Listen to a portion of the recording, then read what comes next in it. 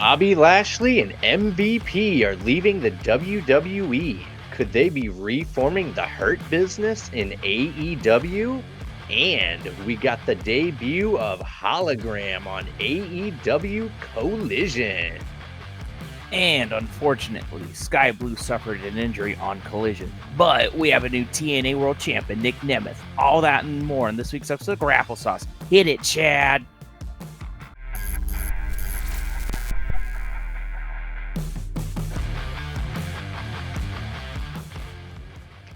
Hey, welcome to the show. Daver here.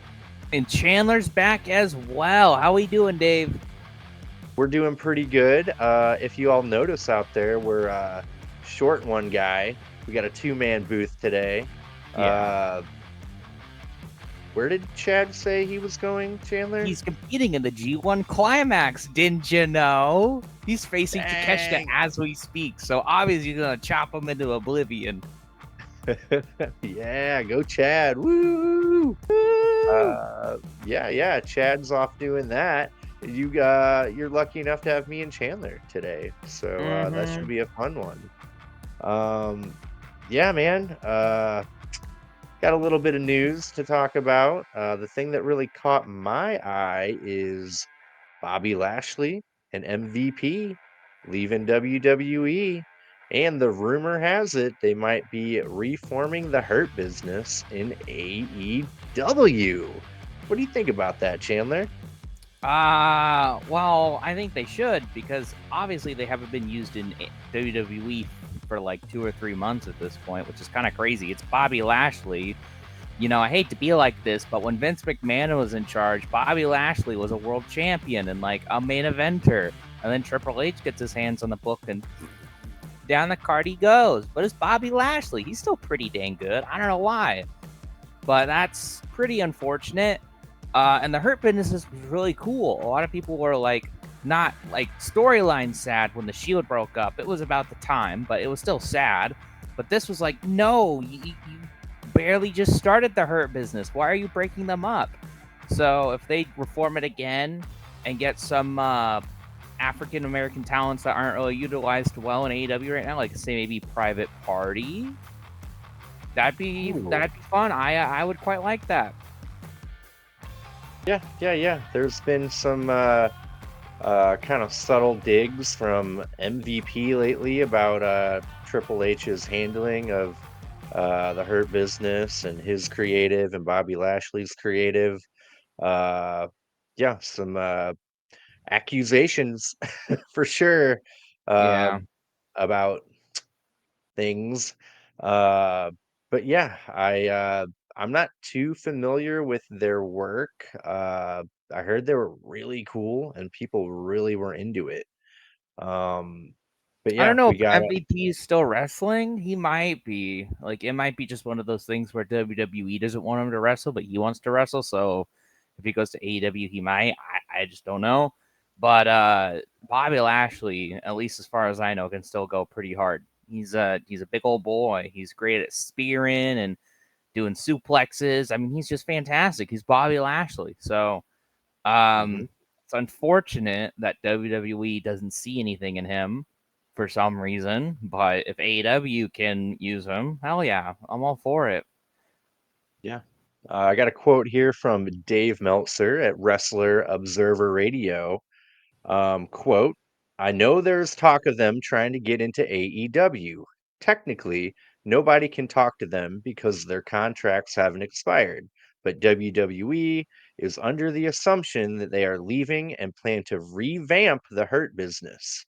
Whether they'll use that name depends on ownership rights. They want Shelton Benjamin, who's also a free agent, to join them. This is something Tony Khan will have to decide, but it's definitely under consideration. It's not a done deal, but it's alive. As of now, Bobby Lashley and MVP will be gone from WWE when their contracts expire soon. Yeah, I find that exciting. I think they could really thrive in AEW. Hopefully, AEW gets that nice big TV rights deal renewal from Warner Brothers Discovery, which Reports have been that it's been agreed to, just not officially signed. So yeah, that'll be really good. A lot of extra money to pick up free agents that I are, saw I saw something where it was saying AEW pay-per-views were showing up on HBO Max, in but other countries. because I looked it up on mine and couldn't find it, so I was like, oh dang it. But hopefully that would be nice. But yeah, so Hurt Business to AEW would be pretty cool. Hopefully they do it. In other news, we had a new TNA World Champion crowned Nick Nemeth. It was a 6-man ladder match for the world title, and I think a lot of people were thinking or hoping Joe Hendry would win because he's so popular right now. But he got screwed, brother, by I think his name is Josh Alexander, the Kurt Angle guy, right? Ooh, yeah. Like he low blowed him and basically kicked him out the match, and then Nick Nemeth took the title. So that's cool. But I thought I heard Nick Nemeth was injured. So In the match, no, like hold on. that'd be crazy. Was it Like all a work, brother? maybe. Apparently, okay, Who so this is 4 days ago. Nick Nemeth injures, but he'll still wrestle in world title main event at TNA Slammiversary. So maybe it was a shoot work, brother. who was the champion? Moose. Moose. I love Moose. He's great. Um, I kind of thought he'd go to AEW at some point, especially when Scott Demore got fired. Yeah, I Uh, think people came out and said that they weren't like forcing them to stay and like do their contracts, but a lot of people are like, if I could leave, I would right now. So I don't want to speak for them, but I know that Scott Demore firing was really demoralizing. yeah, a lot of talent were pretty upset, and they were given the option to get out of their contracts too, which I don't think anyone did. Not that I Uh, heard of. but yeah, they were pretty angry.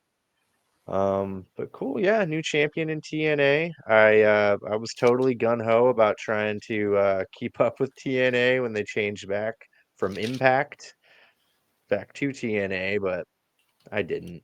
The whole Scott Demore thing kind of rubbed me the wrong way, and it was clear to me it wasn't going to be the big rebirth, the renaissance that I thought it was going to be, which Yeah. I was right. Um, Uh so I remembered something really quick. Sorry to kind of delay this, but SummerSlam 2024 is going to have a pretty special guest. Naomichi Marufuji from Noah will be at SummerSlam. I think it's just as like a guy in the crowd, probably be like hello, or maybe he's on commentary, like special guest commentary for the Japanese announce team or whatever. But that's yeah, really cool that they're bringing in a star from Noah and having him do something on the show. Like that's pretty cool. he's not who AJ Styles wrestled, is it? It is who AJ Styles wrestled. Okay, I thought I recognized that name. Yeah. Okay, wow, yeah, that's pretty big. All it says is he'll appear on the SummerSlam broadcast as a guest. So that's pretty dang cool. Yeah, okay, okay. Um, man, I guess we should get into this not good collision. Yeah, we have an announcement at the end of the show because, as you've been noticing on our Dynamite, we've been finding the WCW Nitro that correlates with the Dynamite. So last we looked at Nitro 250. Next week we'll look at Nitro 251. But there's a very specific one we picked for today. So you'll see. Yeah. But yeah, man, I don't know where to start here. This collision did not do it for me for so many different reasons. I guess right off the bat, no more Elton John. Saturday night's all right Boo! for fighting. Um, Boo! this I read was for cost cutting measures. Well, yeah, you don't have CM Punk on Collision anymore, so you don't really have anyone really watching it anymore. Like I know it still gets viewers and all that, but it's just not as must see TV as it used to be. Because it used to be like, oh, we're gonna see CM Punk on the show, always gonna do something, and then he got fired, and it was a little dormant for a couple months, but it was still pretty new. And then they had the C2, and they were like, oh, hey, there's is important stuff. You get to see Bryan Danielson and Eddie Kingston every week. And then that ended, and I think ever since then, it's just kind of been going down slowly. And I think this is the nail in the coffin for us. Just because I don't know, I was looking at the match lineup, like how they always show it. That's how I typically find out the match lineup. Um, Tony Nese versus Ray Phoenix is not really a match that I'm interested in seeing, and it's one of those where you're like, you close your eyes and you can picture what happened, and that's what happened. Yeah, absolutely. Uh, it was a little more competitive than I thought it would be, but yeah, I totally agree with you. You can just envision what will happen. Um, yeah, like the size of the venue, like it felt very small time for me. Like it didn't have that dynamite large venue feel. It felt like a NXT, TNA, Ring of Honor type Would you see the crowd for show. Heatwave? I think there was like 10,000 people at Heatwave. So NXT, I don't know if they're selling out arenas, but they're filling them up. They were like, oh, it's sold out, but it's like all the floor seating. There's nothing like all that you could tell it was draped over. I actually liked the stage. I thought that was Yeah, pretty neat, but I hated the audio mixing. It was completely amateurish. Like in the backstage promos or whatever, like with Lance Archer and Dustin Rhodes and Kevin Von Erich, I couldn't the hear them. acclaimed Yeah, the they were acclaimed one. echoing. I Yeah, could kind of understand the acclaimed one, and I think it's because they were yelling, like yelling directly into the camera, so I could kind of tell what they were saying. But with Dustin and Kevin, kind of just like I wouldn't say mumbling, but they were just talking at a like lower volume. I couldn't even understand what they were saying. So this, I think it had a good opener. I'll say that. Um, I think that's it. I only liked the opening match. yeah. Me too. Yeah, I had a little bit of hope. We started off with Darby Allin versus the Beast Mortos. I love Mortos. He should be on TV a lot more. He can really go. He really held his own against Darby Allin. And apparently they had history too. So they had wrestled each other before. Um, yeah. Uh, at one point, Darby Allin topes Mortos on the outside. Mortos slams Darby's head into the steel steps. Mortos catches Darby mid-air for a Samoan drop. Darby Allin coffin drops Mortos from the top rope to the floor. Mortos gives Darby a tornado from over the top rope to the floor. That was really cool. Darby gives Mortos a code red for a 2 count. And then Mortos power slams Darby while balancing on the top rope. Darby crucifix bombs Mortos from the top rope, and then gives him a coffin drop for the win. Darby gets on the mic, and he challenges Jack Perry for All In. And the only thing I didn't like is he kind of dogged on dishwashers. Yeah, Like, I didn't really care for the aftermatch promo. Like I know he just wrestled a match, but it was so like breathy and wordy, and he kind of repeated himself a lot. So I was like, I know, it's probably hard to cut a promo after working such an intense match, but wasn't the best. And Jack Perry versus Darby Allin at All In. I don't care about that. Like I like Darby, okay, but I don't want him to be the one to take the title off of him. I don't know if he will, but yeah, it was a pretty good match. I think Darby is best when he's in there with the big guy that he can sell for, and he sold like crazy for Mortos. He made Mortos look like a beast, no pun intended. I liked that huge Samoan drop that he did. I don't think I've ever seen it before, where he throws him up and then just kind of added a little bit more oomph to a Samoan drop. And then where he did that tornado, but he did that quick spin. I thought that was pretty awesome. So Mordos is great. I want to see more of him. Probably won't though. But all in all, a good opener. I got the crowd hot. The crowd were insane for this match. Yeah, for sure. Yeah, this is a good match. Kind of had me feeling good about the whole thing. Uh, but yeah, it went downhill from there. After that, we get a backstage acclaimed segment. Basically, Daddy Ass yells at them. It's time to nut up or shut up. Uh, yeah, they need to get their head in the game, basically. So, uh, yeah, he's not wrong. Yeah, it was fine. Billy got basically like, all right, get serious about this because this is serious. You're not scissoring and you're not rapping. So he's not Hmm. wrong. Nope, nope, nope, nope. Yeah, then we had a really unfortunate match here. I have an Hikaru. awful joke I'm gonna make, okay? Maybe Okay. this is why Tony Khan doesn't like more than one women's matches show. Cause they go and get injured. That's a joke. Oh, That's a yeah, joke. That is a joke. I do not mean that. I'm trying to dog on Tony Khan for not having more than one. Because look at what happens. Last week, Riho got injured. This week, Sky Blue gets injured. And this match was like, what, a minute in? I minute had heard in. I had heard Sky Blue got injured, but I was like, "Oh, she's on the floor and they're going to picture in picture." Oh, she's on the floor the whole picture in picture and then Cheetah wins. Uh-oh, that's not good. So, Yeah, just unfortunate. yeah. Uh, Sky Blue brings the fight to Sheeta right away.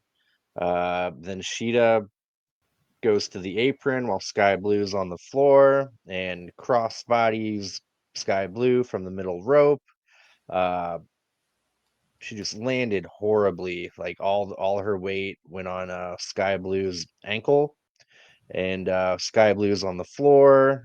She needs medical treatment, and then we go into picture in picture, like you said. Um, I don't know. I didn't like how Sheeta was just kind of like celebrating during it, and I think she's trying to get the crowd to her like side, I guess. I think she's kind of turning heel, kind of yeah, somewhat. She's got a new get like I like her new outfit. I'll say that. I haven't really seen it, so I dig it. Um but yeah, you basically just said the entire match and then they just go, Hikaru Shida won.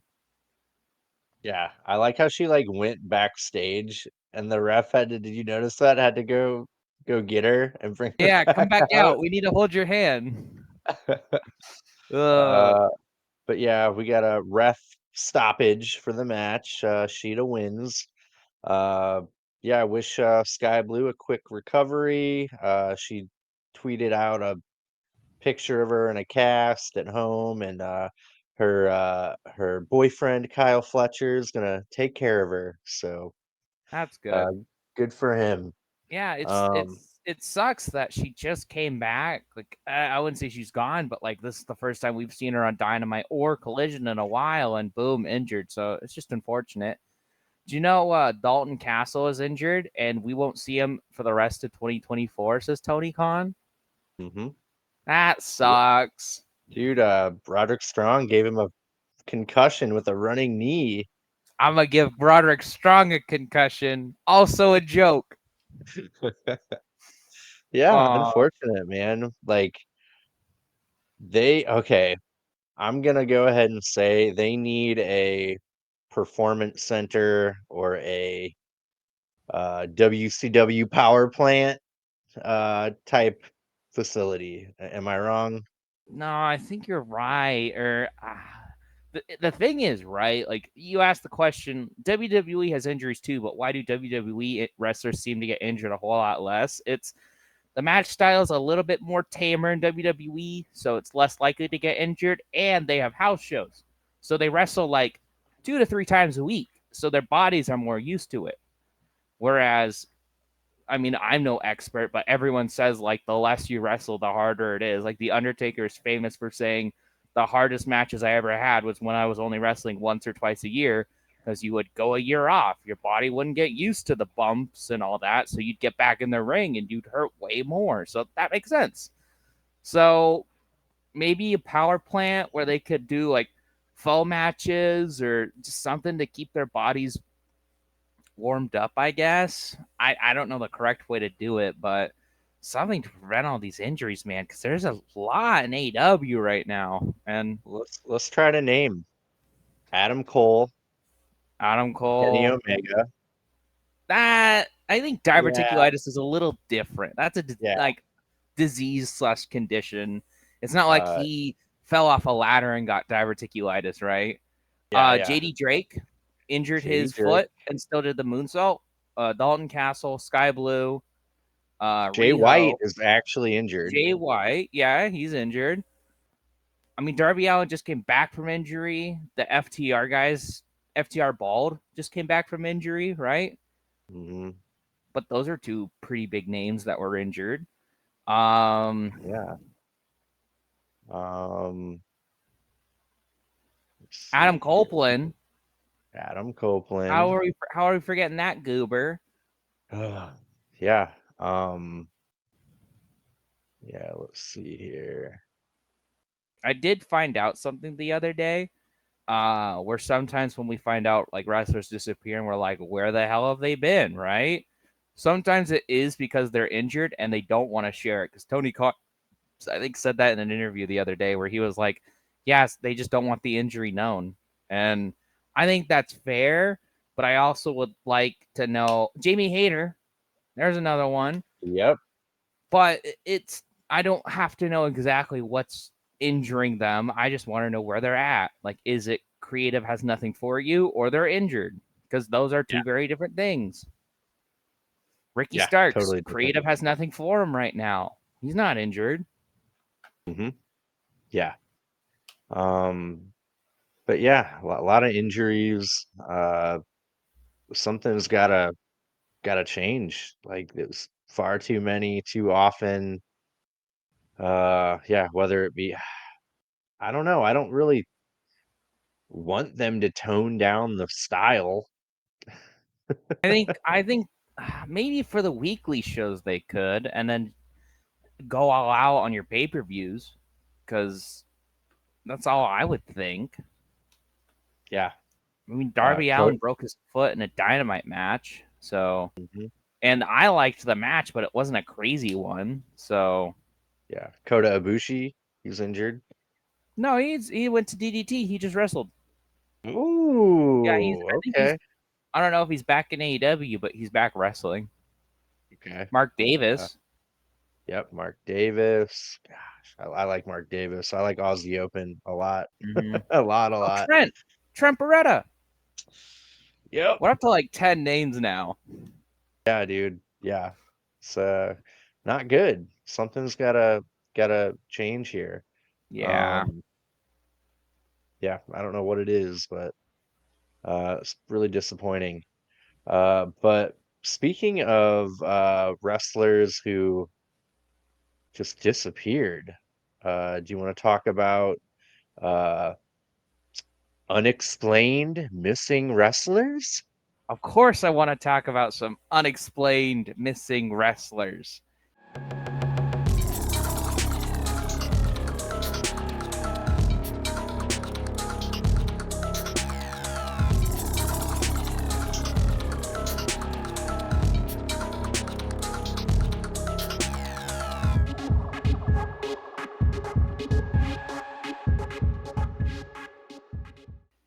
Awesome. Uh, Let's do it.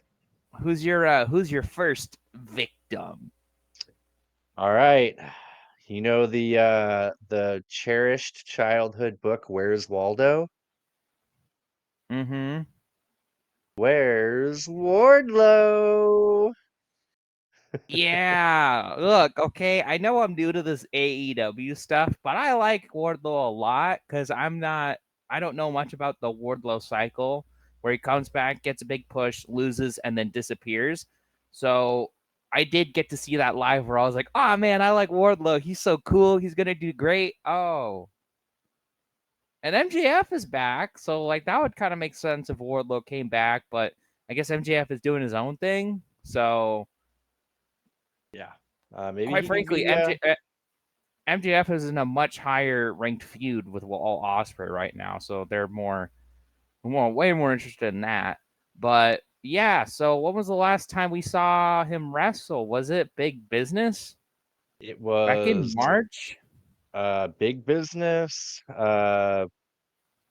March 13th, TD Garden, Boston, Mass. Lost to Samoa Joe in 11 minutes, 8 seconds. Yeah, it was Um, fairly clean. yeah, absolutely.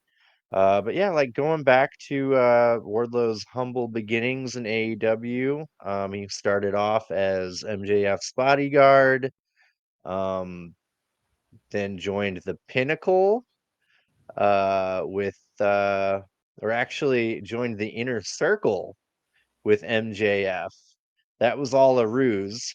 Then they formed the Pinnacle. It was MJF, Wardlow, FTR, and Sean Spears. That faded away. That was an awful faction. Um, yeah, then he ended up turning on MJF at Revolution 2022 during the CM Punk MJF dog collar match. It's where he Um, like MJF is asking for the ring and he's like, "Ah, I lost it." And then CM Punk he gives it to him and that's how Punk wins, right? yep. And that culminated to Wardlow having to face like a 5 week gauntlet to have the match with MJF at Double or Nothing 2022. But that match was completely overshadowed by MJF's backstage drama Will where he he quit? Will he no show? he no showed I a signing. And that was all people were thinking about. Wardlow completely squashed him, just power bombed the shit out of him in like a couple minutes, won the match. He was white hot at that point.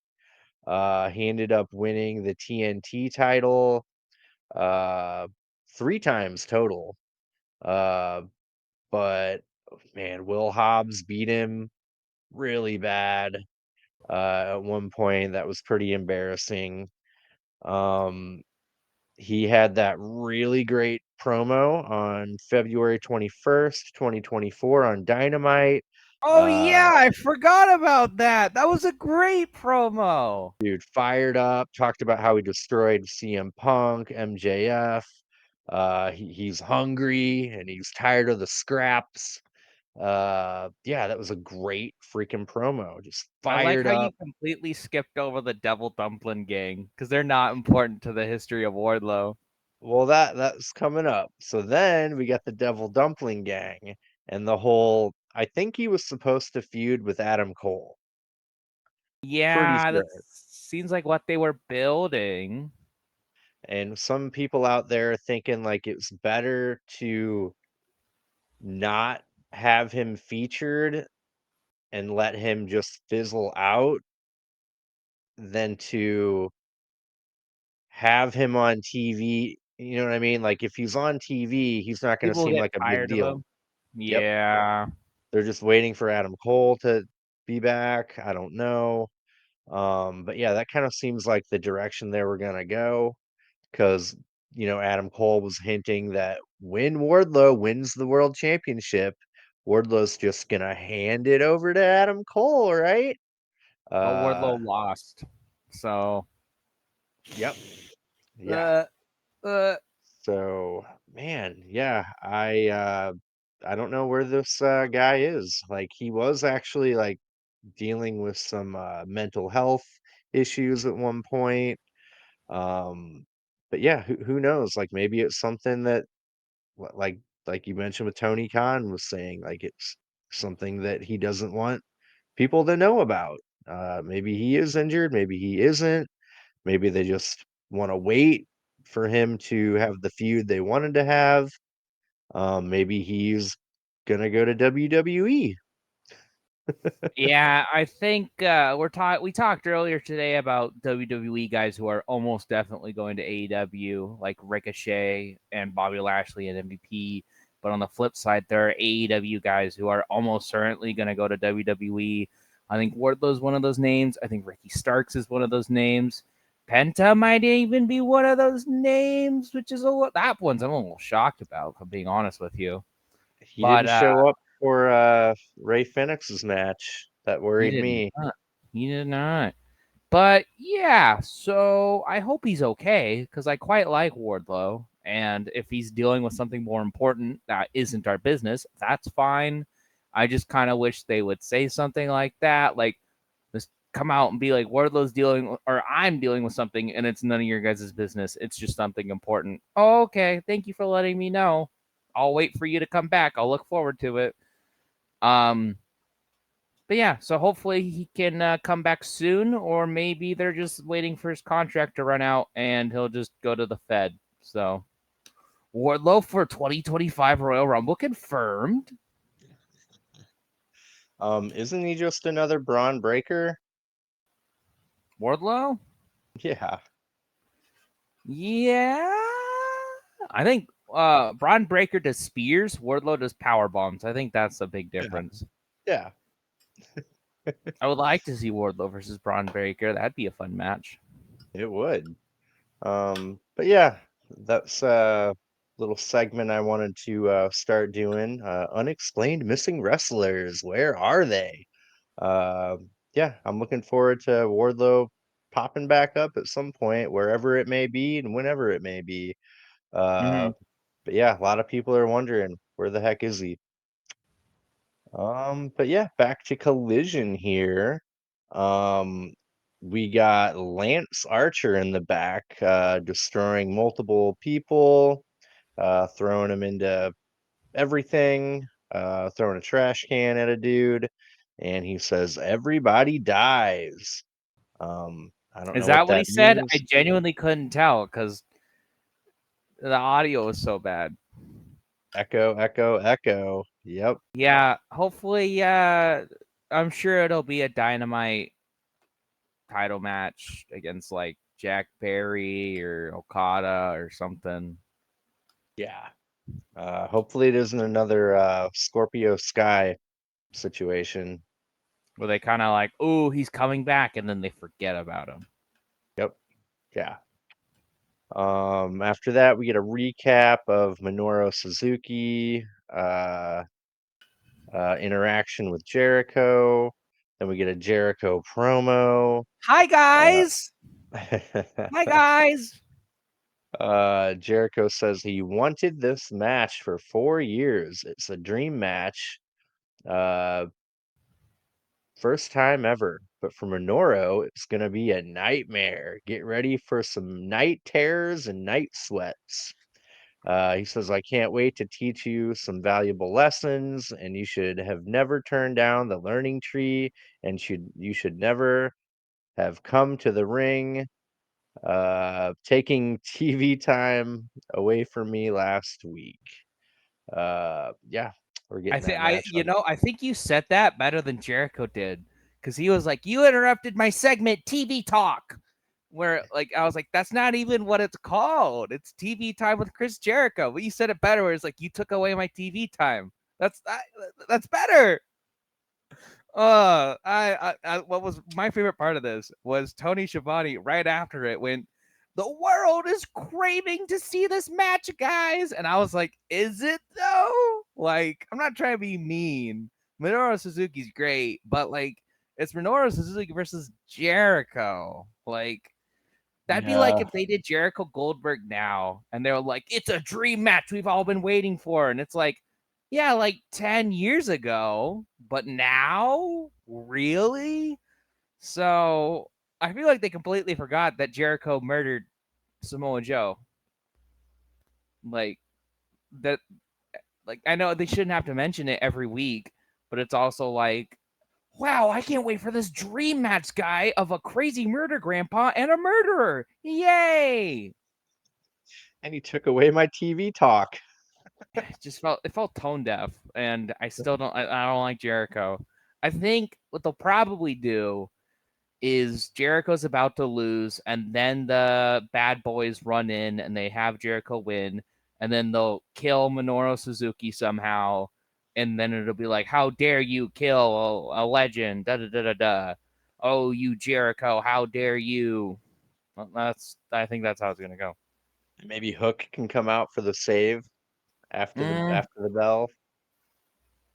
maybe. But yeah, I don't know. I'm not really looking forward to it as much as Tony Schiavone makes it out to be. Uh, yeah. Anyway, after that we get Tony Nese versus Ray Fenix. Uh, Tony Nese gets on the mic and talks about everyone being fat and out of shape, uh, getting everyone to boo him. Um, At one point, Ray Fenix slips on the ropes and looks like he hurt his knee. Tony Nese takes advantage. Uh, Ari Daivari and Josh Woods attack Ray Fenix on the outside. Fenix counters a running knee from Tony Nese with a Hurricane Rana. Ray Fenix dives on the entire Premier Athletes faction from the ring. Ray Fenix runs the ropes and kicks Mark Sterling off the apron. Tony Nese gives Ray Fenix a 450 splash for a 2 count, which gotta give it to Tony Nese for kicking out of that. Didn't think he would do it. Ray Fenix runs the ropes and kicks Tony Nese, then gives him a frog splash for the win. Pretty cut and paste, paint by numbers kind of match. There was, I mean, like it. Ray Fenix did do some good stuff in this match. Like I remember him running up in the ropes and jumping on the premier athletes, so it wasn't awful. Um, I feel like the first half of this match was just the premier athletes all ganging up on Ray Fenix, and like it's just not very interesting. It kind of gets old after a while. The only thing I liked about this match was Tony and Nigel were on commentary, right? And Nigel went, "Tony, do you not like the premier athletes because they got rid of the donuts and catering?" And Tony Yeah, was like, "I don't like them because they're insincere and mean." Like he had to come up with something. Like I just thought it was funny. It's nice. See, Nigel's still good on Collision, but yeah, he is. Oh man. But yeah, it was an okay match. After that, we get an FTR segment. Yep, Snoozeville. Uh, Cash Wheeler actually talks about his legal troubles kind of vaguely. it felt like something from The Boys. And I know that sounds rude, I guess. It just sounded like he was like, "It is not true. It's not true." Like he has to be, right? Because it's a real court case. I wouldn't have brought it up, you know. But does this Yeah. mean we can't call him Gun FTR anymore? Because I'm still gonna call him Gun FTR. All charges were dismissed. They were. Um, but well then if all charges were dismissed, then I wouldn't bring it up. But it's him getting real with the crowd and saying, "It was all you guys. You made me happy and coming to work, and I love AEW. AEW. Tony Khan is the greatest guy ever. I want to give him a big old kiss on the lips." Yeah, yeah, pretty much. Yep, And Cash Wheeler. are we getting FTR Young Bucks at All In again? Dude, I hope not. I really Please. hope not. What if I was like trying to like what are they gonna do? Are they gonna do acclaimed FTR Young Bucks? Maybe. Well, we're not getting Motor City Machine Guns. They're Yeah. WWE bound, man. Damn, Mm-hmm. that really bummed me. Dude, after that match at Prestige, both after the match, they were both walking away and they looked like they were about to cry and they're like telling everyone bye. And then they And went dub e. There you go, WWE. They went like that, very subtle. It's like when Bret Hart went WCW at Survivor Series. Oh, damn. I didn't know Well, he did that. yeah, that was the Montreal screw job. Yeah. Oh, So basically, everyone knows about the Montreal screw job. Bret Hart was world champ, but everyone knew he was going to WCW. Vince McMahon was paranoid that he wouldn't do the business. And so Bret was like, I don't want to lose in Montreal. I'll vacate it on the next Raw. I promise. Like, I pinky promise. And I think if Vince wasn't crazy, that's what would have happened. But because Vince couldn't help himself, he was like, all right, Shawn Michaels is going to put Bret in the sharpshooter, and then they'll just ring the bell and say that's the end of the match. And Bret Hart was really fucking pissed about it because Vince didn't trust him. Like, you can see there's footage of Bret Hart spitting on Vince McMahon. He looks at the camera and goes, punched him. WCW. That was backstage. They don't have, they Yeah. might have footage of that, but I think it was like for the documentary that was following Bret Hart around. I can't remember. But yeah, so back to Motor City Machine Guns. God, did they need another tag team in AEW right now? Hmm. Because like who's gonna take these belts off the Young Bucks? Because there's not like a good option. I hate to say it, FTR is kind of the best option, Yeah. but I really don't want it because I don't want another FTR tag team run. But like, who else? You have, I think the only thing you could do is you'd have to manufacture a new better than you baby. So put two singles guys together that you wouldn't expect, like two baby faces together, and maybe they could take the tag team belts off of them. Maybe. Who? Who do you think would work? Mm, I think okay. Who would work with Jeff Jarrett? Takeshita. Oh my God. Roosh See, and Takeshita. because I was just gonna say Takeshita, and I couldn't think of someone else to go with them, but I like Roosh and Takeshita. Please. I'll take that over FTR any day of the week. Well, it's either right now FTR or the Acclaimed, and I'm not into either of those right now. They have no tag team division.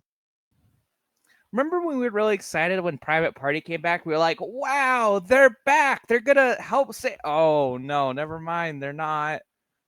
I got Nope, a good they're idea for not. you. The FTW champion Chris Jericho and the Redwood Big Bill. Ooh, yeah, perfect. More TV time. More Oh, TV time. no. Yeah, let's talk about the shitty tag team division in AEW right now. Good Like, God. thank goodness the elite are doing this uh heels hold all the gold storyline, because god, who else would have these tag team belts right now?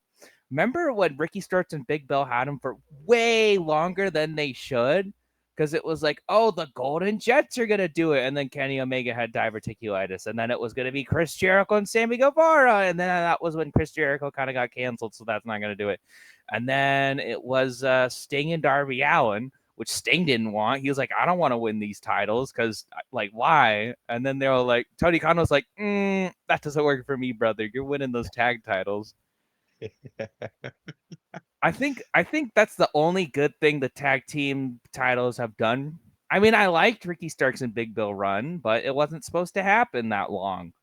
But Sting and Darby Allin winning it and having it with Sting's retirement tour was a nice send off. But other than that, Dude, they needed the Motor City Machine Guns so they bad. did. I wanted Uh, that at all in. I was thinking before Adam Copeland got injured, Adam Copeland and Christian. Yeah, man. Damn, that would have worked great. Like, you Um, finally get the Christian face turn, and Adam Copeland is like, "Come on, buddy, let's go get those tag titles," and they do, like, that's perfect. mhm. I never ever wanted the Hardys to be in that even No, close to that uh tag division. I remember when Uh, people, or when Adam Copeland turned up in AEW, and people were like, "Dude, Hardys versus Edge and Christian, let's bring it back," and I was like, "No, the Hardys can't wrestle." nope, no, they can't. TNA had to write off Jeff Hardy because they were going for a Canada tour, and he can't. They don't let him in the country. Uh, uh, uh. Don't drink That's and what drive, happened. kids, That's what happened in AEW too. Uh, yep. Yeah, don't drink and drive. or don't Um, do substances and drive, kids. yeah, yeah, all of the above. They did make Uh, okay. So one more little side tangent before we get back to this wonderful collision that we're totally not talking about any other random interesting stuff other than this collision. So Jay Uso a couple years ago got like I think 2 DOI charges, right? So it's if you don't know, it's the guy who's saying yeet right now, Dave. And so he wasn't allowed to do the Canadian shows, right? And Money in the Bank was in Toronto this year, and he was in it. So I don't know, charges were dropped or the statute of limitations are over, whatever. I don't really know. But they made comments about it. Like Drew McIntyre came out and was like, "Why are you even here? Aren't you like not allowed in the country?" oh So damn. it was pretty funny how like they mentioned it, right? It was just kind of silly, and then they just moved on because they're like, we don't really have time to bring this up. Yeah, I like that. Super funny. Man, shit, you want to get back to this FTR promo? I Yeah, mean, I know you don't want to, but yeah. Well, yeah. Let's do it. well, yeah, Cash Wheeler talks about how wrestling got him through all of his personal problems. He calls out the Young Bucks and says, time to go buck hunting. Dax Harwood talks about their accomplishments in the past. He doesn't like how the Young Bucks keep leapfrog them as the best tag team, uh, and that didn't sit well with him. He calls out the Bucks for never defending their titles, and he says they will be three-time AEW Tag Team Champions. Man, it's looking like it. Yay! Well, It's pretty also they pretty were like, boring. they leapfrogged us. Well, they beat you. Of course, they Yep. leapfrogged you. They beat you. I know it was Jack Perry interfered or whatever, but they still beat them. So Yeah. this was like I'll be honest, I'm glad that Dax is no longer injured, and I'm glad that Cash is no longer dealing with his legal stuff because they're real human beings, and I'm glad they're not dealing with that anymore. But I don't care that they're back, and I don't really want to see them back. And like they just kind of cut an FTR promo, like copy Yep. paste FTR promo. We're top guys. We're gonna stick our guns up and kill you. Blah blah blah. We're gonna beat your ass, Bucks. Yeah, Yep. top guys out. And I'm like, ugh. Yep. Yep. Exactly. It doesn't excite me. Mm-hmm. Yeah. Yeah, that segment happened. Then we go to backstage, and Hikaru Shida calls out Britt Baker for a match on Blood and Guts on Wednesday. Cool. We get Um, to see Britt Baker's in-ring return. yeah, I'm cool with that. That should be really great. I'm excited for it. Dynamite is definitely must-see TV compared to Collision and Rampage. Yeah, I'm Um, I'm for the most part looking forward to Blood and Guts. yeah, yeah, me too. Uh, yeah, after that we get Roderick Strong versus Tomohiro Ishii. This match I liked. The ending sucked, but I liked the match. He hit him with Uh, the proper Tangaloa upper or low blow. yeah, dude, yeah. Uh, This was a real hard hitting match. They chopped the shit out of each other. Ishii ran through a chop from Roderick Strong and shoulder tackled Roderick Strong. Roddy drop kicks Ishii from the ring to the floor, then slams him on the apron. Ishii gives Roderick Strong a delayed vertical suplex from the top rope, covers him for two. Ishii escapes the end of Heartache, but Roderick hits it anyway. Ishii kicks out. Ishii lariats Roderick Strong for a 2 count. Taven and Bennett distract the ref, and Roddy low blows Ishii and knees him for the win. Ishii is about to get another knee, but Mark Briscoe and Kyle O'Reilly run out to save him. I think Ishii is part of the conglomeration now. He is. I think just whatever faction Orange Cassidy is in AEW, Ishii just automatically gets in because that's what happened with the Best Friends and that's what happened with the conglomeration. I'm fine with it, and I do agree with you. I think this match was nothing too special, but it was a fun one. You know, Roderick Strong is still good. Tomohiro Ishii is still good, so it was fun watching them together. Um, and that last knee at the end, ooh, I love that knee that Roderick Strong does. I think it's a really good finisher. Yeah. Um, they're doing Roderick Strong versus Mark Briscoe for the Ring of Honor World Title. First of all, that's two AEW guys fighting for a Ring of Honor World Title. So I don't like that. But again, to be fair, I don't know what Ring of Honor guy could take that title off of old Marky Briscoe. Who And who I think who are Ring of Honor guys? that's They're what I just was saying. AEW guys. I think Beast Mortos, isn't he kind of a Ring of Honor guy? Yeah, yeah. I'm just telling you, Tony Khan, run Ring of Honor like your NXT, man. Just run it like NXT, please. Please, for the love of God, focus on building up younger talent or talent that aren't quite 100% ready but could use a push. Like, why is the only thing important on Ring of Honor right now Athena?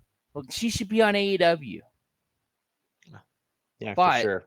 I think Roderick Strong is going to win the title. So then the UK can have some gold. Because Yeah. remember, Adam Cole said, Wardlow, you're in charge of making sure everyone keeps their belts now, being that you couldn't get the world title. And then Roderick Strong lost the international title, and they don't care about the Ring of Honor tag titles. So they'd have no gold. hmm Yeah. He'll probably win that. Yeah, that makes sense. Uh, he'll probably cheat, obviously. But yeah, that'll be okay. I'm okay with that. That might actually That's be a fine. decent match. Like, Yeah.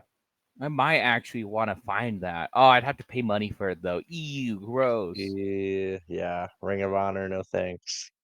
Uh, let's see. Yeah, sounds good. Yeah, this is a good match. The ending was stupid. Ishii should have won that. Kicked out of End of Heartache for God's sakes.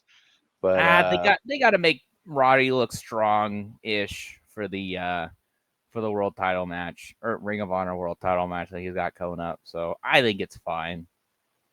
yeah, yeah, I enjoyed it. Then we get a recap of MJF winning the International Championship, little video package put together.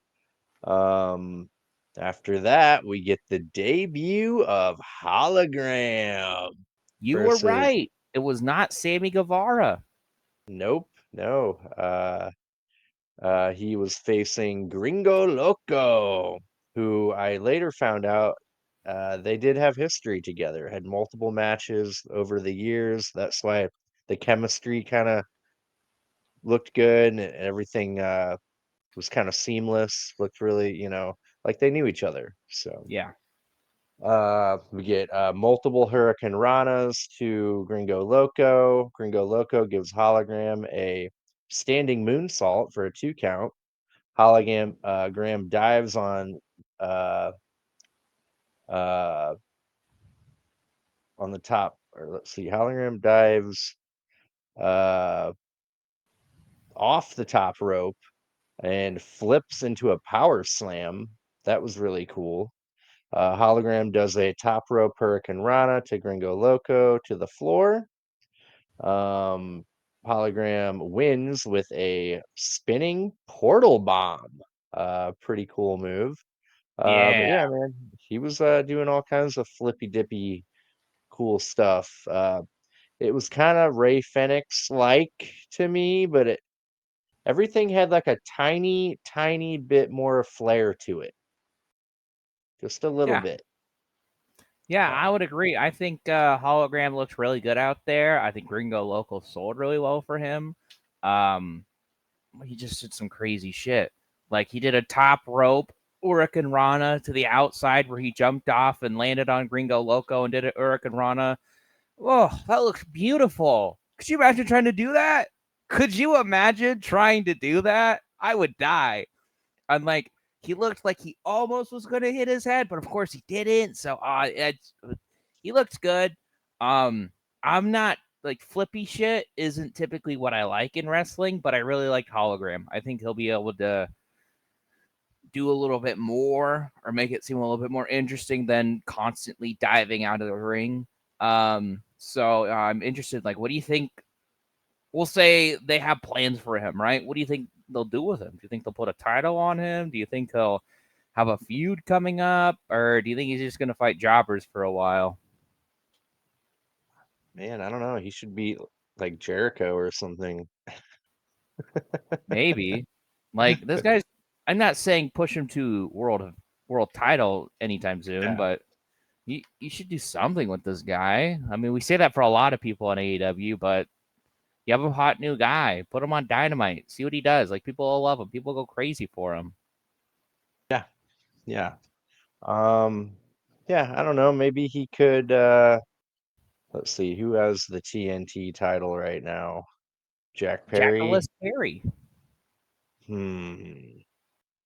I was thinking that too, but I don't know who takes that off of him because like I don't know. It's a shame they don't have like a cruiserweight belt, but they don't need it. I think they should not have had a Continental Classic or a Continental title. I think that should have just been a trophy. Trophy and a title shot. Yep. I think Tony Khan was probably concerned like, oh, people just think it's the G1, but like people already thought it was the G1, so why not? Like Yeah. Yeah, they need a cruiserweight or something like that. Maybe come up with a clever name for it. But yeah, no, he was cool. I really liked Hologram. I think they could I mean there are big plans down the pipeline apparently. So, cool. yeah. Then we get a backstage segment with Kevin Von Erich with his two sons and Dustin Rhodes. Oh, my Uh favorite. Oh, we get another Dustin streak, 2-0. 2-0, dude. Uh, Kevin Von Erich talks about how great Dusty Rhodes was, and how wrestling is different from when he's doing it. Dustin Rhodes says he has their back. I guess he's taking them under his wing. They're gonna maybe do a little trio stuff. But I'm cool with that. I like the legacy of the Von Erichs. I'm glad they're in AEW. I read that Kevin Von Erich did an interview and he's like, yeah, nothing against the WWE, but he'd rather his sons be in AEW. So Yeah, yeah, I'm all I, for it. I, that's fair. I mean, he's not like WWE sucks, AEW's cool. He's just like I just would rather have them be there. I think that's completely fine. I quite like Kevin Von Erich, so I wish for the best. Maybe they're gonna do Dustin and the Von Erichs versus a certain new couple trios champions that have something to do with fatherhood, if you know what I'm saying. Ooh, that would work. I like it. By Yeah, the way, if I know where we're at, something in this next match really pissed me off, and I want to see if you catch it. gotcha. Um, well, first we get a Mark Briscoe promo. Mm-hmm. Uh, he says it's hot as balls outside, and the schedule for the ROH champion is also hot. He warns Is it? Roderick's. I thought he hadn't like. I thought the big thing was he won it like WrestleMania weekend, and he hasn't defended it once. I don't So know. like, is it hot? I don't know. I don't know what he meant by it. He warns Roderick Strong that he got tougher since the last time they locked horns. He brings up blood and guts and says the elite are the perfect example of what the problem is with the world today. They think they can just step all over the little people. He's gonna Be disappointed if they don't bring the fight. Says, let's get violent, boys. Uh, yeah, yeah. I don't know, man. It's almost like they made Collision a like Ring of Honor AEW hybrid show to me. Yeah. Does that That make sense? I didn't even think about it like that, but that makes a lot of sense. Yay. Well, I think wasn't it last week where we were like, "Oh, we're skipping that cuz the UK were in the main event." We're like, "We don't care. Like, we don't like Matt Taven and Mike Bennett are fine performers, but like in the main event, really?" Yep. It's like Cartwheel Jack or whatever Yeah. that main event was. All right, now we get to that lumberjack match or lumberjill I was kind of match. sad they didn't. I like the little lumberjill. I know it's kind of cheesy, but I think it's funny. I don't know why they didn't call it that, but whatever. It's not a big deal.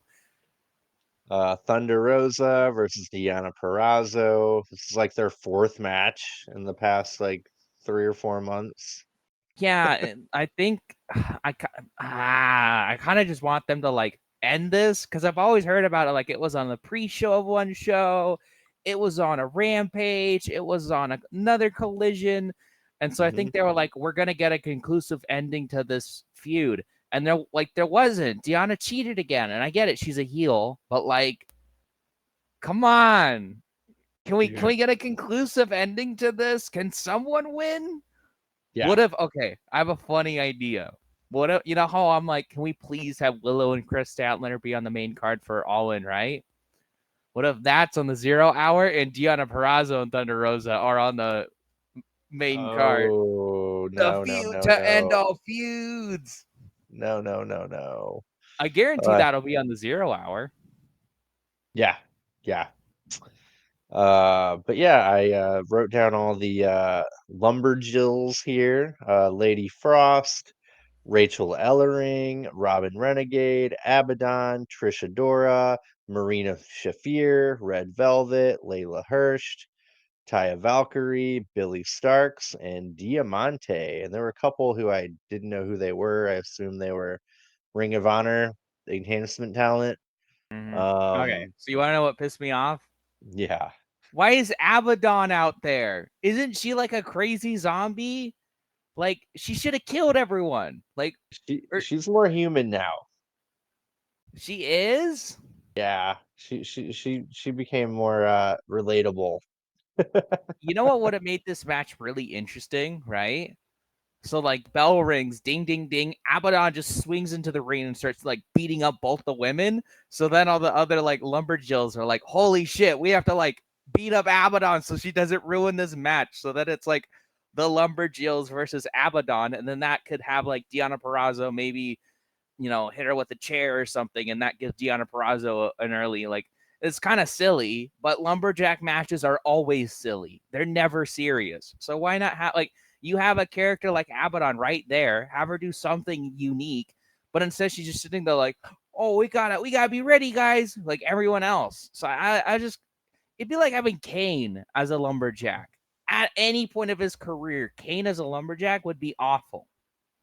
Yeah, Which yeah, I she's say definitely that I'm sure they've done that, but still, you get my point. yeah, yeah, she's definitely a different character than when she was just a brain dead zombie from the beginning. Like I remember the last time I saw her like on Dynamite or whatever, she like talked and screamed words and like had like an attitude. So like I think she's just like a crazy woman now, kind And she of. should have like she should have done something interesting. I think the Yeah. only interesting lumberjack was Taya Valkyrie because she was Yeah. helping Deonna Purrazzo cheat, and you can be like, oh, maybe she's setting up something for the future, but that's for later. I'm Yeah. sure it'll be all over Rampage. All over Rampage. Yep. Yep. And Ring of Honor. But yeah, Deonna Purrazzo DDTs Thunder Rosa from the middle rope. Deonna Purrazzo slides to the outside, and Rachel Ellering blasts her with a lariat. Deonna Purrazzo superplexes Thunder Rosa onto a uh, pile of pretty much all the women on the outside. Uh, Thunder Rosa gives Purrazzo a running drop kick, then airplane spin into a Death Valley driver. She covers, but Deonna kicks out at two. Thunder Rosa goes for a Tijuana bomb, but Purrazzo counters into an armbar. Thunder Rosa spears Purrazzo out of the ring onto another pile of all the women, basically. The Lumberjills start brawling. Taya Valkyrie gives Deonna Purrazzo a metal turnbuckle, and Purrazzo hits Thunder Rosa with it, covers for the win, while the ref wasn't looking. Women be fighting. They just be brawling. That's how women Yep. are. That's how women Yep. be. And the ref Um, was distracted by it, so I thought this was a fine match. Lumberjack matches are like never as good as you want them to be. They're always just kind of like silly. Um, and I think with the women you had in this, you could have had a more interesting story. But I liked Taya Valkyrie helping Deonna Purrazzo cheat. I've never seen someone take the ring post off and use that like as a weapon, so that was pretty neat. But also, can Thunder Rosa just win? Like, can, or can one of them just win? The Venus de Milo is a great finisher. Why can't she just use it? Like, and mhm. why not? So is this leading to a cage match Maybe. to where no one can I think interfere? they already had a cage match. Did they? I feel like they did. Hope not. God, I lost track of all the times they've had a match. For some reason, I feel like they did. Let me look. Okay, I'm on cage match. Um, so they wrestled on a rampage. They wrestled. Oh, Pre-show. here we go. So it looks like they've wrestled solo, like one on one, 4 times. The first time was in March, a singles match on Rampage. The second time was in May, a singles match at the Double or Nothing buy-in. And then, it was a no DQ on the 1 year anniversary of Collision. Ah, okay. No cage And match then yet. this one was the Lumberjack match. Oh Ah, my. dude. All right. They actually also wrestled in Impact. You know that? No. Holy shit. Yeah. July 17th, almost 3 years ago. July 17th, 2021. Deonna Purrazzo versus Thunder Rosa. Oh, no, I didn't know that. Cool. And Deonna Purrazzo and Taya Valkyrie are real tight from their TNA days too. So that's kind of where that came from, I guess. That's like Her the main helping thing I him. liked about this match was a possible, I don't know what you want to call it, but team up with Taya Valkyrie and Deonna Purrazzo. It's something, I maybe liked Thunder Rosa. Rachel Ellering was kind of the other standout on the Thunder Rosa side. Maybe Thunder and Rachel Ellering versus Taya and Yeah. Purrazzo, and then we'll get the cage match. That'll be on the main card. Gotta be the main event of All In. Yeah, maybe. Oh man. Uh, let's see here. All right, we're to our main event here.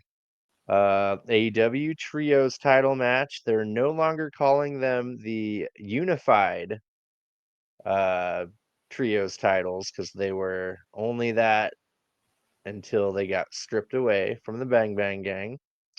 Uh, so we just have the old black strap plain titles. Christian Cage, Nick Wayne, Killswitch, the Patriarchy versus Juice Robinson, Austin, and Colton Gunn of the Bang Bang Gang. Uh, dude, I really like Juice Robinson a lot. Mhm. Dude, the whole Bang Bang Gang were incredible in this match. Like I Oh have to say. yeah. Uh my first thing that I was gonna say was I really liked the entrance for the Bang Bang Gang this match.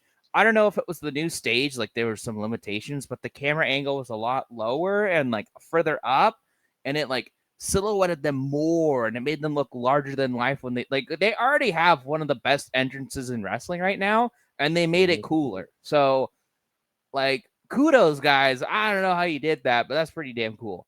So I liked it. Uh, and now that they're no longer the unified trios titles, I'm really sad because I liked them having all three. I thought that was just funny. Mhm. And it reminds me of when Roman Reigns, like, he had his WWE title and his Universal title. And they're like, okay, we're finally going to combine them. Here's your new WWE title. And he just kept all three for a little bit. And people were mad. I'm like, no, that's funny. That's the point. Yeah. Because he's like, yeah, I have all this gold. Like, what are you going to do? You can't take it from me. So I really liked it.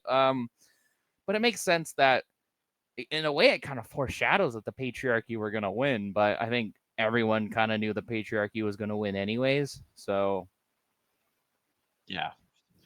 Um, Nick Wayne and Austin Gunn start out the match. Austin Gunn looks determined. He out wrestles Nick Wayne. Uh, Juice Robinson and Christian tag in, but Christian immediately tags out to kill switch, so he doesn't have to wrestle. Christian cheap shots Juice Robinson from the floor as Juice Robinson runs the ropes. Colton Gunn tags in and takes out Nick Wayne and Kill Switch with some really big drop kicks. Man, that dude, Colton Gunn, dude, he is something else, man. I think he's his really got hot a lot of tags, potential. his hot tags are sensational right now. Like they're Randy Orton hot tags, which is saying something because Randy Orton's been having some tag matches a lot lately. And when he gets that hot tag, that crowd erupts. And it's kind of for the same thing because it's this big, tall, giant, lanky guy who's going to come in and smash you with his arms. And that's awesome. Yep. Yeah, yeah. But yeah, he tags in, drop kicks, kill switch, Nick Wayne, Austin Gunn, runs towards Nick Wayne in the corner, but Nick Wayne moves out of the way. Austin Gunn overshoots the ring and falls to the floor. It almost looked like he got knocked out, but he didn't. Juice Robinson does a bunch of jabs on Nick Wayne over and over, then punches him to the mat, then gives him a senton. He covers for two. Christian Cage hugs Nick Wayne on the floor, and Juice Robinson cross bodies both of them. The Guns send Kill Switch over the barricade, and the Bang Bang Gang triple team Christian. Uh, then Nick Wayne kicks out of a big power bomb from Juice Robinson. Juice Robinson kicks out of a frog splash from Christian Cage. And then Mother Wayne sprays something in Juice Robinson's eyes, and Christian hits the kill switch on Juice for the win and new AEW Trios champions. And the best Uh, part about this was Christian was holding all three of them, baby. So you know he's gonna come out with all three of them. Okay, they should have kept all nine of the titles, so Christian can have all the AEW ones. You can give all the Ring of Honor ones to Killswitch, and you can give all the acclaimed ones to Nick Wayne. Like, why not? That's funny. yeah. Yep. Yep. But yeah, that was great how he didn't want Nick Wayne or Kill Switch to have a belt. That's totally tracks. Maybe this is finally how the patriarchy crumbles because maybe it'll be like Killswitch and Nick Wayne will go, hey, we're trios titles too. Can we have our belt? And Christian's like, well, no, I gotta have them. So Hmm. Yeah. Yeah. Yeah, everyone out there in YouTube land, what do you guys think about Christian Cage and the Patriarchy winning the AEW Trios title? mm-hmm. Leave us a comment, and while you're at it, don't forget to elbow drop that like button and power bomb that subscribe button. And again, leave a comment. Yeah, we We got want to a hear we got a from you. pretty good card for Dynamite. So I kind of remember it all. So obviously we have Jericho Suzuki for the FTW title. Gee, I wonder how that's gonna go. We have Britt Baker versus Hikaru Shida, which that'll be fun. And then it's the Blood and Guts match, Team AEW versus Team Elite. That should be a barrel of fun. I don't think there's any other matches, but I know we'll hear from MJF about winning the title, so that'll be interesting.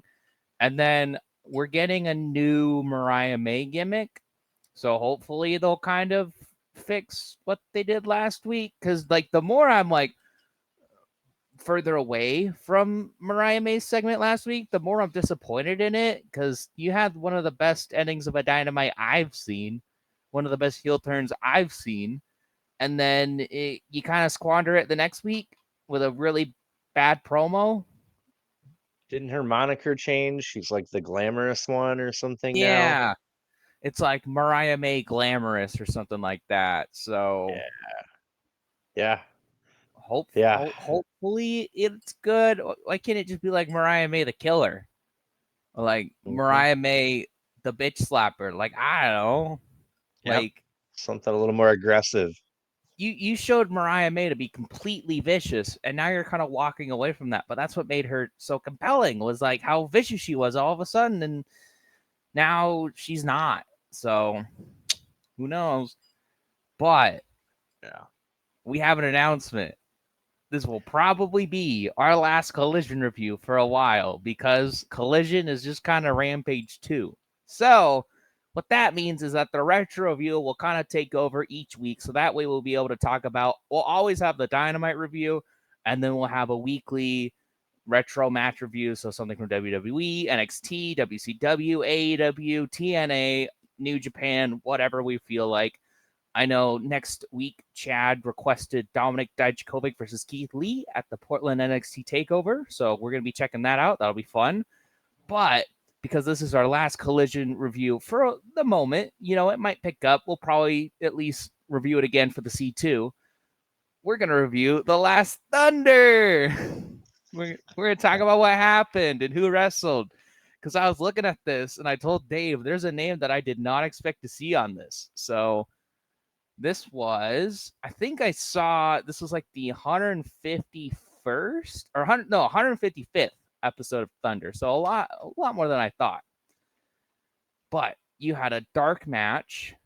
This took place on March 19th, 2001 in Gainesville, Florida.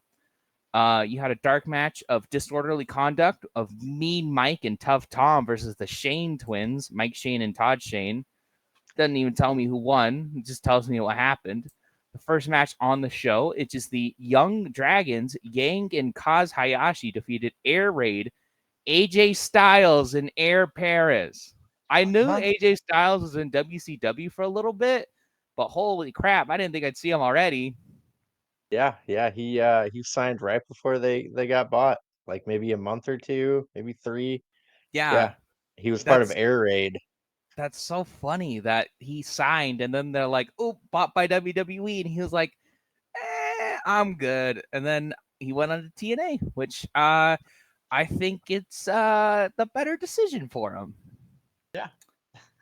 And then we have next up, what these are all like 8 minutes. When it none of these are really like funny. Like when we had like a 20-minute or 20-man battle royale that lasted a minute and 52 seconds, that was crazy. But these are all for the most part normal match lengths. We had Jason Jett defeated Cash.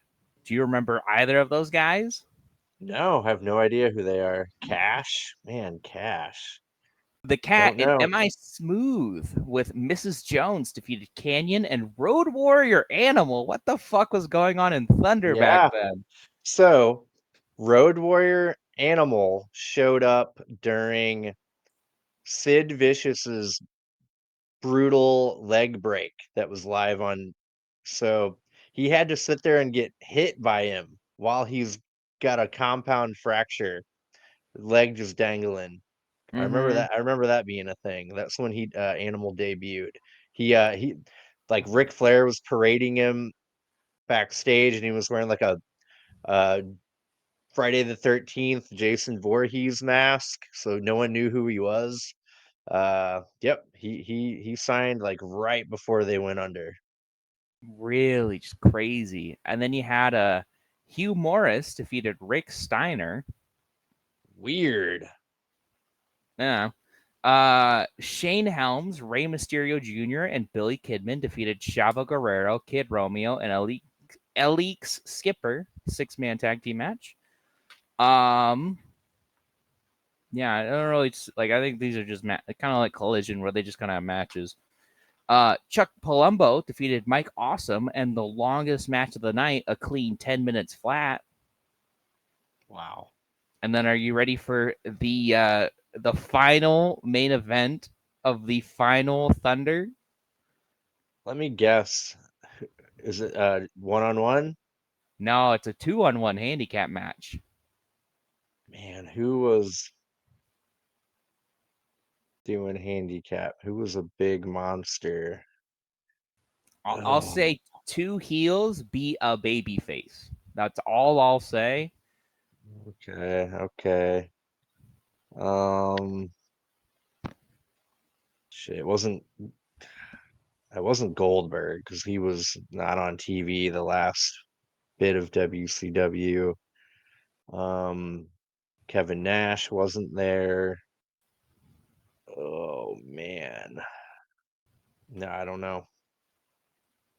Scott Steiner and Jeff Jarrett with Midia defeated Madeja. Dustin Rhodes. Mideja defeated Dustin Dustin Rhodes Rhodes. in a 2-on-1 Ooh, handicap match. wow, dude. That is Mm-hmm. crazy. Yep. Oh, So that was the final Thunder. And the commentators were Mike Tenay, Tony Schiavone, and Stevie Ray, and the ring announcer was David Penzer. yep. He's still around today. I'm surprised Tony Khan didn't hire him. Yeah, I'm sure he just didn't need him. Wow, man. So one AEW guy, two AEW guys were That's in what the I was main gonna. event. That's what I was gonna say. Was 2 of them are from AEW, but I didn't know. That's a small pool of people that were in WCW that late and are in AEW now. Yeah. And then one current WWE wrestler Rey who's still Mysterio. active. Oh, two. AJ Styles. Oh yeah. So Wow. Wow, crazy man. how time flies. And I mean, Yeah. Rey Mysterio's kind of near the end of his career. AJ Styles is kind of near the end of his career. Uh, Jeff Jarrett hasn't really announced anything like that. Dustin Rhodes hasn't really announced anything like that. Yeah. That's nutty, dude. Four competitors still active. We're on the last episode, 2001. And like Jeff Jarrett and Dustin Rhodes weren't like young at that point. Mm-mm. Cool. Cool. I love that. Yeah, this is fun. I like when we do that. Yeah. Um, cool. Yeah. We'll be coming back at you with Dynamite review for Blood and Guts. And let's see. We'll get that retro view going for probably a week from today. Yeah, NXT Takeover Portland 2016. Keith Lee and Dijak. Looking forward to that. Chad's been talking about that for years to me, how good it was. Yeah. I mean, Dijak's probably going to be in AEW soon, so they could run that match back when Keith Lee's healed. Yeah. Look better. Yep. Yeah, and I guess I'll get to pick our next retro review after that, and I think I already know what it's going to be. Ooh. You want to spoil it or you want to keep it a secret? I'll go ahead and say it. This is my favorite match I've ever seen in my entire life. Uh, The Rock versus Hulk Hogan. Really? That's your favorite match of all time? Wow. I wouldn't Yep, expect that. yep, yeah, How man. how The come just watching like the just the crowd crowd? just like turned on The Rock and like totally got behind Hulk Hogan and like you think he's gonna win. We'll get to it, but man, Want a fun fact about that match? Yeah. So that match was supposed to be a passing of the torch of Hulk Hogan, the legend, to the new legend, The Rock, right? Did you know that as of now, Hulk Hogan has wrestled 8 more matches than The Rock after that match? So, like, Wow. you start at 0 after that match, you go forward. Hulk Hogan has wrestled 8 more matches than The Rock. And yeah, Wow. From that point on. Yeah, he wrestled in like TNA a lot. His final match was in TNA. he I had think his again. Australian tour that didn't go well, as far as I've heard. Yeah, yeah. Man, what was his final match? I think Joker Sting, I thought, was his I think final it's a tag match. match. It was like a tag team dark match or something like that. Wow. I know his last match in WWE was against Randy Orton at a SummerSlam, and he beat him because that was right when Randy Orton was doing his Legend Legend Killer Killer. gimmick. Yeah, and so I was like, oh yeah, he should totally beat what's it called, Hulk Hogan, but that didn't work for him, brother. Nope, sure didn't. All Wow. right, so Hulk Hogan teamed up with James Storm and Sting to face Bobby Roode, Bully Ray, and Kurt Angle in a 6-man tag main event match. Wow. And that was a dark match, or was it on? I think it was a house show. Okay. Holy shit. I wonder if there's footage of that. Uh, cool. Cool, cool. Well, yeah. Um, cool. Yeah. Not a great episode of Collision. Let's go back to that retro view. Yeah, like you said, maybe you'll get good with the Continental Classic. Uh, hopefully. That's But yeah. 4 or 5. That's like 4 months from now. Hmm. Yeah. I did not dig the episode when Sky Blue got hurt. That really took a lot of momentum off the show for me. The no Elton John intro in the beginning really pissed me off. Like Um, that was just a fun little thing. It's a silly little thing, but they're like, no one cares about Collision anymore. Cut it. yep. Yeah. Well, shoot, maybe that'll, help them afford to make Dynamite a little better, bring in Bobby Lashley. Uh, yeah. So, yeah, they're getting the hint. Hopefully. Cool. All right, man. I think that just about does it. Hmm. Again, we'll have AEW Blood and Guts review up coming up here next. That'll be our next upload. And yeah, if that's everything, I think I'll do the thing. Do the thing. Do the thing. All right. Bye. Peace and bye bye.